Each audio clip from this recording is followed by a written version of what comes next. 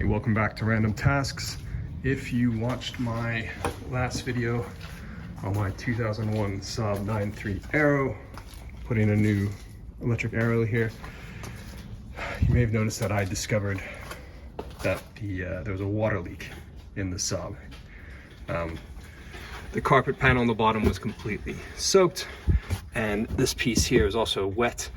I was hoping that by make sure that this is all the way down, and by also tightening up the bolts here, because there was a bolt, actually there was a screw, sorry, there was a nut that was missing from the stud on that, and also sealing up the cracked housing, that would solve the problem.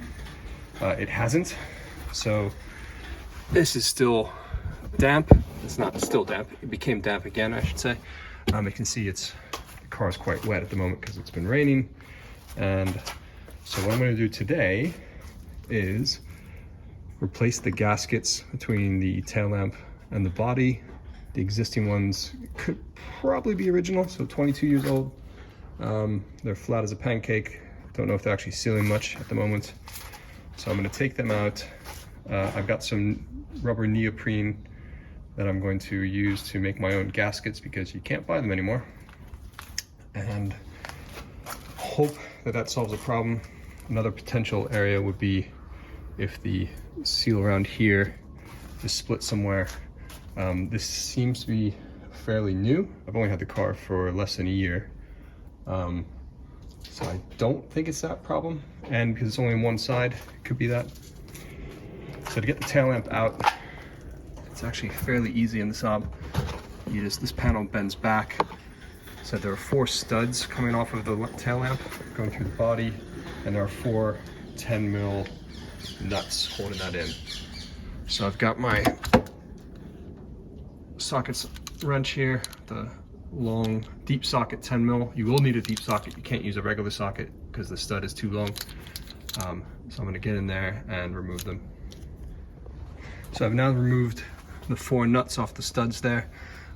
As I was doing that, my hand was actually getting wet, so I am fairly sure that this is where the water's coming in. So once you remove the nuts, the tail lamp housing just comes out. I just need to undo the wiring harness, which is fairly simple. You can see how wet this is already here, especially at the top. So I think that's the problem. So hopefully the new gasket will end up with my trunk or boot staying dry. Yeah, I can see, hopefully you can see how wet that existing gasket is. So I think that is definitely the problem. Okay, so remove both headlights, and the gasket just kind of pops off. You see there are these holes that go around the studs and this big opening for the basically where the module, where the light bulbs actually sit. So I got some sheets of 1 centimeter thick neoprene. Should be plenty. You can see it fits.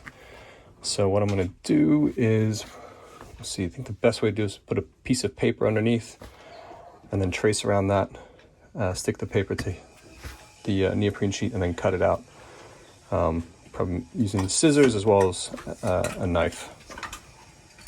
Okay, so I made a little template out of some scrap paper, and I've taped it down temporarily to the neoprene sheet. So I'll use my scissors to cut everything out. And I've just made little holes here for where the studs are going to go through. Not sure how I'm going to make those bigger yet. Maybe I'll drill it, but we'll see. Okay, so I found the best result was to use a sharp utility knife blade. Make sure you get a sharp one on there. And just do a couple passes with the knife. You can see this is actually, the paper's a bit wet because the gasket itself is wet. The old one anyway. I've obviously made it a little bit bigger than it needs to be because I can always trim it, but I can't make it bigger.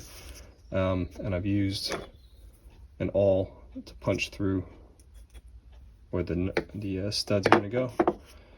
So I'm going to probably just trim this little bit up here and then just do a test fit on the light itself. Okay, I managed to enlarge the holes just by using a couple of drill bits just by hand. So I was worried that the neoprene might tear, especially here where it's close to the edge. And then used a bigger one, and it seems to have worked. Definitely need to clean up my bench after it's making a mess.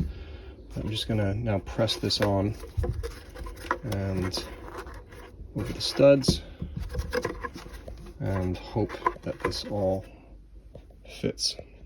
Okay, so I've pressed this on, and I noticed actually I probably could have didn't have to trim so much away there, but that's actually how the original gasket is. It's a bit odd, but anyway, seems to fit. I'm probably going to trim off the bottom. You can see it actually is lower than the light itself, so I'll probably just trim off there a bit, but otherwise I think this is going to work. Obviously it's initially much thicker than the gasket that I replaced, but it'll compress and hopefully provide a nice tight seal between the light and the body. Okay, I've started putting the tail lamp back in. You can see it's sticking out quite a bit right now, but hopefully once I start tightening up the nuts, that'll pull that in. Okay, got those tightened up, and it did, as hoped, pull everything back in. So it's one side, now the other. Okay, got everything bolted up, and everything's lined up as well.